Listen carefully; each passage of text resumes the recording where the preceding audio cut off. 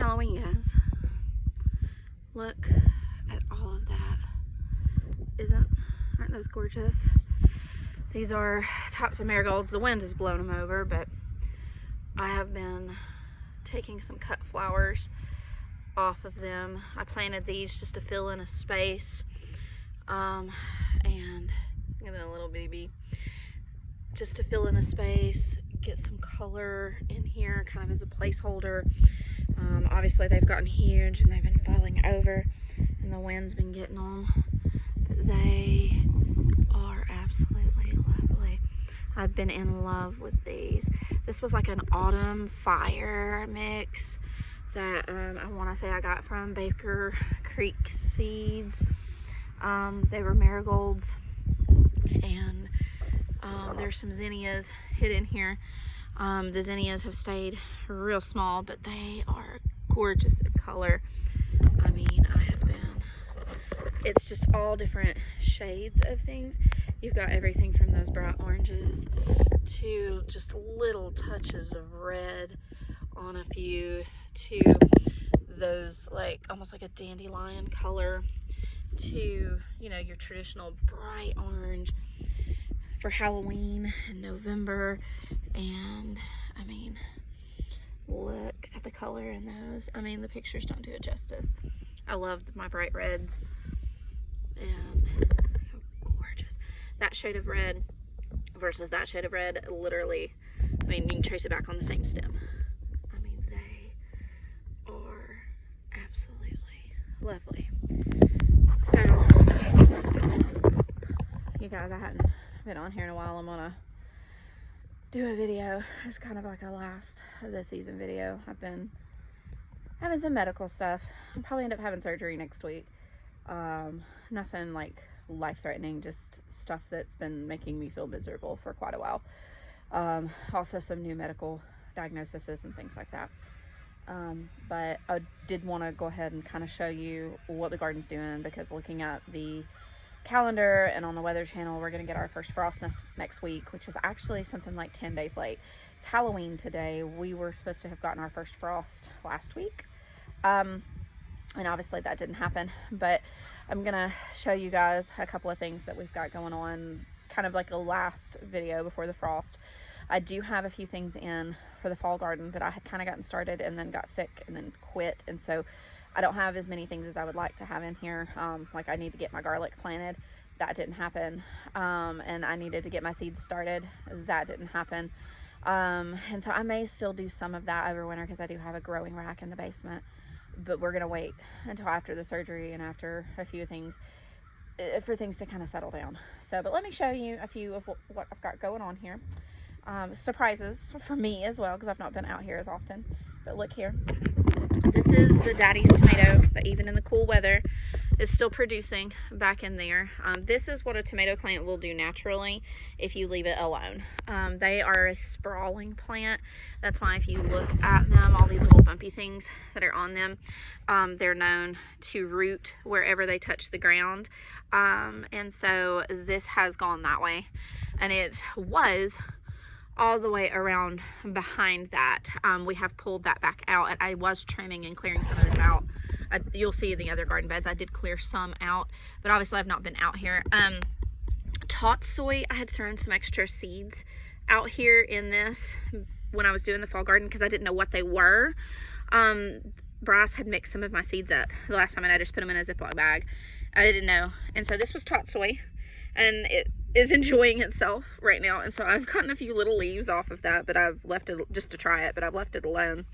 And we'll see what it does. It's a fall weather plant, likes cold weather, so that one should be fine. I've got a few radishes in here. I actually tried to do rows of radishes. This is all weeds that needs to come out, but these are radishes, and they didn't really, there was supposed to be 3 rows of them, and they didn't really want to take, but I had a hot spell, and I think that killed them off. Look at the bird's nest mushrooms there. But you see these are onions.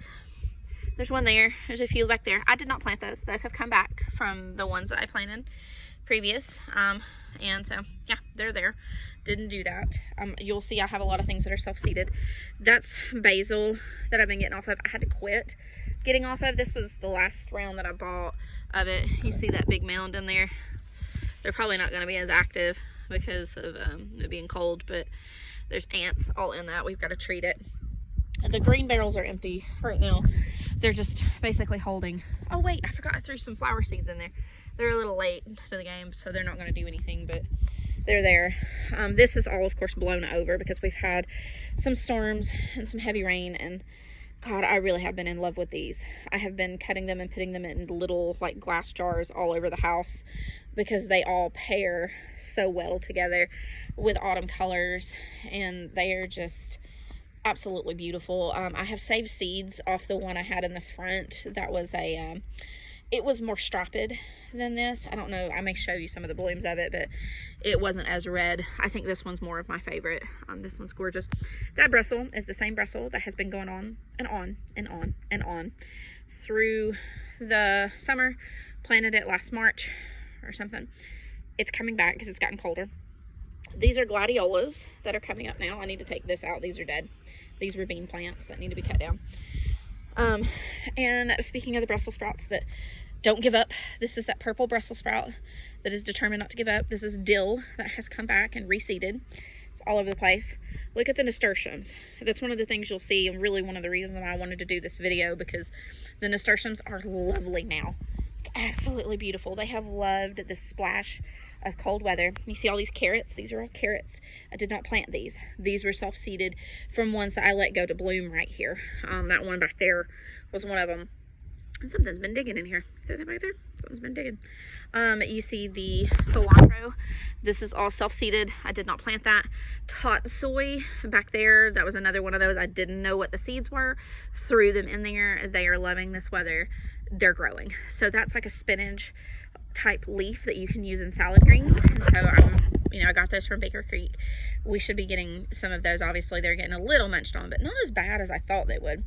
But the nasturtiums are spreading like crazy. The Brussels sprouts are trying their dangest to come back, but the nasturtiums are going to turn to goo as soon as it frosts. So I wanted to get some video footage of them because, oh my goodness, look how big these leaves have finally gotten. I have taken some of these leaves and put them in some salads. I have cooked them with some turnip greens. There's some cilantro down in there. But look at the orchid and cream blooms on this. I mean, they are absolutely lovely mixed in here. These big full leaves. Finally. I mean, it took forever, but they're growing. But that's the front beds. I'm gonna walk you out to my messy big beds. Now I say messy, I normally would have them cleaned out by now, and you'll see I did start, but I got overwhelmed. And I actually started doing a video when I was clearing some of the tomatoes out, but it didn't get posted because it wasn't a very good video and I wasn't feeling well, and it was just a lot, so I ended up not doing anything with it. But yeah, once I get to feeling better, I will clear out the okra, but I do want to show you what it looks like when it goes wild and it's untended here at the end of the year, and kind of show you a little bit of what it's still giving us tons of. So yeah, normally my craziness in the herb garden would normally have been cleared out by now. Obviously we've got strawberries here. This is all oregano. You get the mint back there that's coming back. This is all catnip that's coming back. It will die the moment. I need to harvest some of this and dry it and put it up for catnip tea before the frost. I may come back out here and do that. The sage will be fine. The rosemary will be fine. The oregano will die back a little bit, but it'll be fine. Obviously it comes back every year. It's a monster. The dill, it will reseed itself because I let it go to seed in here. This was the elephant dill. It will do its thing. And you notice that the catnip is all the way out here. Like, it's everywhere, and we've just kind of been leaving it because it's kind of pretty in its own like messy, overgrown, chaotic way. But you see all of this okra. Obviously I'm letting some of it go to seed at this point. I'm letting it dry for seed. A bunch of the leaves have died off. We've got the big fat pods there. I've got pods just hanging off everywhere. And the basil has gone to flower. We were letting it go to flower, but oh my goodness, look at these nasturtiums. Look how how big that leaf is. I mean, that leaf is almost the size of my hand. And then look at those blooms. Aren't those lovely? I mean, I hate to see them go. I mean, they're doing so well now. And this one, my zinnias are back. You see these? I mean, they self-seeded from where I took the heads and just crumbled them down in there, and they actually had time to bloom. I'm really, really shocked, and I love them. I'm really tempted to cut a couple of these before that frost and put them in the house, just to save them a little longer. You'll notice the beans, the bean wall, this is all self-seeded and come back. Like, I did not reseed this because I was not going to eat as many more of these type of beans. But you notice these huge ant hills that's down in there. We have got them. They're all in our beds right now because I've not been doing as well, and we've not been able to stay on top of it as much as we want. But there are tons of these, and I have a plan to come out and make just a couple more last minute jars of dilly beans, but that'll be the last. You notice, I mean, it is obviously dying off. It does not like the cool weather. When it officially dies, I will come out here and clear these off. Same thing with the dragon tongues. Now, the dragon tongues did not reseed as well as your standard, like the pole beans. So there are not as many of these, but there are some that grew back that are there. And obviously I've got enough for seed, so I don't need. But yeah, noodle beans. Now, I did plant another round of noodle beans right here in this line. Obviously it is putting out, they did have enough time. This was the second batch. They did have enough time to produce. They are producing. I have gotten noodle beans off of this. Oh my god, look at that nasturtium. That is one nasturtium plant. One. And look at that. Oh my goodness, I am in love with it. I am in love with them. I understand now why people plant them. I was horribly underwhelmed with them to begin with because they did not seem to do well at all in our summer and in our heats. Oh my goodness, no wonder. This is what they're supposed to do. But again, I got sidetracked. Oh, look at chicken. This is another round of noodle beans. That's the original noodle beans. You see how they are still putting on? I have been giving them away. I have eaten them. We have just kind of let them go at this point and let them do what they're doing. I have tons frozen. I have some pickled. We have sauteed them. We have roasted them. I mean, I've given them away. They're everywhere. And so I've just kind of been leaving them alone. But they have gone above and beyond. I will definitely do these again. They are so good. They are so prolific. I did not need another round. But I did another round because I thought, oh, you know, if they're like other beans, I'm gonna need more. Yeah, no, not these. I now know that the Thai purple potted yard long beans are overachievers. So yeah, overachievers. The only tomato plant that I didn't get around to cutting out, which you'll see over here, kind of, you know, all the rest of these are gone, including the ground cherries. And I have made, and ground cherries, they weren't kidding. Those suckers are prolific. There's so much. They're everywhere. Oh crap. I just noticed this. I've not been out here. This cannot get started in here. This cannot get started in here. I will never get rid of that. Sorry guys, weeding while I'm on the video. But you notice that this one was that midnight snack black cherry tomato. It is so prolific. I mean, it's still producing. I cut this thing back. Like, I thought I killed it because I was cutting on it, and when I was cutting the rest of this down, and it just kept going.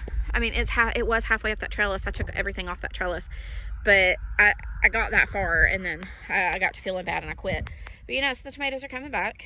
The ones I cut down, they're survivors. They're gonna come back. This is the survivor that's getting me though. This is the eggplant, and that eggplant back there. I mean, I've been told eggplant don't like cold weather. I cut this sucker back, and look at all the healthy foliage. Look at all of this. There's not any blooms on it. I mean, maybe it's trying to get blooms. It's not gonna have time to bloom because it's gonna frost next week. But yeah, like it's trying. It is trying its dangest to do better. And so I left it alone. I'm like, all right, well, I've never grown eggplant. We're gonna mess with it, see what it does. I'm very much of I'm not doing it right now. just let it do its thing mentality, very much so. But you'll see all the ground cherries that I just left. I have made so much jelly and used them for so many things, and the kids aren't a huge fan. They are, but I think we've just had too many of them. I think that they'll want them again next year, but I've made enough jelly to last us the winter, and I just kind of let it go. Now this bed, this is the bed I threw some seeds in, and then that happened. You see these basil plants? You see that massive anthill that's in the middle, and we've been afraid to treat it because of this. We don't want to damage this and put poison on it, but that's being treated once we start cutting some of it, like taking some of this out. I have never grown turnips that have looked this good. This is the third time that I have grown turnips. These are all just purple top turnips. Yeah, see, this ant's nest is like out here. Anyway, this one should be a beet. I think this is beets. This one's a beet. That one's a beet. This one's a beet. Like, all of these are supposed to be beets. I had 2 rows of parsnips right there. I don't think any of them have survived because the turnips have absolutely took them over. I don't know. Maybe that's one right there. I don't know. I haven't looked up to see what parsnips look like when they come out, because I always ever just buy the root system. I don't buy, I don't buy them with their leaves still on them, so I'm not sure. I'll have to look it up. But yeah, all of this is purple top turnips, and you'll see gaps. I have come out here and harvested already. I've had to be careful because, again, ant hills all down in there.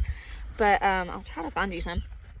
Some of them were bulbing up. I did the method where you put 2 or 3 close together, and then you harvest 1 or 2. You see down in there, that one, that's pretty good size. Like that, like the companion planting thing, where you've got 1 or 2. And I probably should harvest that one that's to the side. I'm letting it get a little bit bigger because we made mashed turnips yesterday, and oh my god, they were so good. But yeah, I've made fried turnip greens lately. I mean, there's turnips like all down in here, and we're just kind of leaving them alone. I have never grown turnips and them look this good. I mean, they're doing exactly what they're supposed to be doing. The negative is I am getting a bit of the, the black fly and mites, aphids, call them what you will. I am getting that. I am noticing that. I had to soak the last round of leaves like a ridiculous amount of time because they were everywhere. And you can see where I broke some of the leaves when I was getting some out when I was harvesting. But yeah, they're everywhere. They are getting bad. But the frost will help with that too, because this is frost hardy. They will feel better. But yeah, you see all those aphids. It's awful. But yeah, there are turnips all in there. All in there. I have never grown turnips and had them do so well. Here's another of the nasturtiums. It's in the corner right here. This is like the crimson one. Oh my god, I am so in love with this. The only thing I will say I haven't noticed, and I don't know if it's just my plants or if I'm just not seeing it because I've not been out here, I've not noticed any of the little seed pods that are supposed to be like capers that you're supposed to be able to pickle them and stuff. But I've not been out here, and they've kind of all been, they've just now really took off and got healthy, so maybe that's why. But yeah, I mean, you look at those noodle beans. I mean, they have been so consistent. So once they got started, I mean, and there I was thinking that I wouldn't be able to get them going because of the aphid problem that I had with them and the ants, which I do think that that's the reason why we've got such a problem with the ants in the beds. Just being out here, it's hard to take a deep breath right now. But I was thinking that they wouldn't do well, and and because we had the ants and the aphids, and I couldn't get them started. I had to come out here and clean them off 2 or 3 times, like to get aphids off of them. But I do think that that's one of the reasons why the ants, that for whatever reason, the ants absolutely love these plants. The ants are not damaging them, but they were like farming the aphids on them. And even now, I think the ants are what's pollinating these, because you'll go to clip the noodle beans off and they'll be up towards the top and they'll have ants running up and down them, and like you'll have to watch it when you're clipping them. And when I cut them off, I've been having to put them in a basket and then set them outside and let the ants get off of them, like just set them in the basket and let the basket sit there, and the ants will eventually leave, or I'll end up soaking them because they've got ants on them, but definitely like set them aside because they end up with so many ants on them. It's kind of crazy. And so I'm sorry, I'm trying not to like knock my tree over. I'm trying to get back over here where I can see some of this pretty stuff in the background. Yeah, it's been fun lately. And I mean that very sarcastically. Trig's been struggling, I've been struggling, and so we're getting through it, but that's why we haven't really done anything. I haven't done much with the bees. Toby went down there in his suit. God, it's probably been a month ago, and then one of the neighbors has offered, you know, to put a protein pack in it or a pollen pack in it, and, you know, make sure that they're buckled up for winter, because like I'm just not, like, even just walking around the yard here has been a bit, I'm out of breath and stuff. I've not been able to do stuff that I need to be doing, and I feel bad for not being able to do that, but at the same time, it's fall and the garden's winding down, and there was a lot that I wanted to be doing, and I've done some of the things, but I've just not had the motivation to be doing the things that I need to be doing. And if I had more time and stuff, I would walk you down to the other, like the pumpkin patch down there, because it's literally a pumpkin patch again. We didn't plant anything else down there. Things have self-seeded. I have sunflowers again down there, and we're hoping that they'll bloom. I mean, one of them was really close to blooming, but I don't know, the frost may get it. But I mean, we've got sunflowers down there and pumpkins down there, and a huge watermelon plant that planted itself. We didn't do any of that. It's down there, down at the bottom, doing great all by its little lonesome. So it was a little unusual, but hey, whatever. I mean, there's still a lot going on out here, and if I want food, I can walk out here and get it. You know, we've still got some things going on. I do need to clean it out, and I'm hoping that once the frost gets here and things start dying off, it'll be a little easier to see what I need to cut down and what I need to clean up, and I'll hopefully be feeling better by that point, be able to get out here and get a fresh start for next year, seed starting and those kinds of things. So, but I will be taking a bit of a break. I had already obviously took a break. I hadn't put a video out in like a month, but that's what's going on. So, also noticed from seeds that didn't grow the first time I put them in the ground, it's a beet down in there, a golden beet from Baker Creek. They'll surprise you. They'll sit there for a year and then do nothing until the weather's perfect, and then poof, there they are. It's crazy. But anyway, oh my goodness, I'm just not noticing. Look at all this. Right, I'm going down through here. It's from the mint. It's everywhere. But anyway, I'll talk to you guys later, whenever I can. Hopefully I'll have more to show you, maybe seed starting something. So take care and have a good holiday. Be careful. Bye.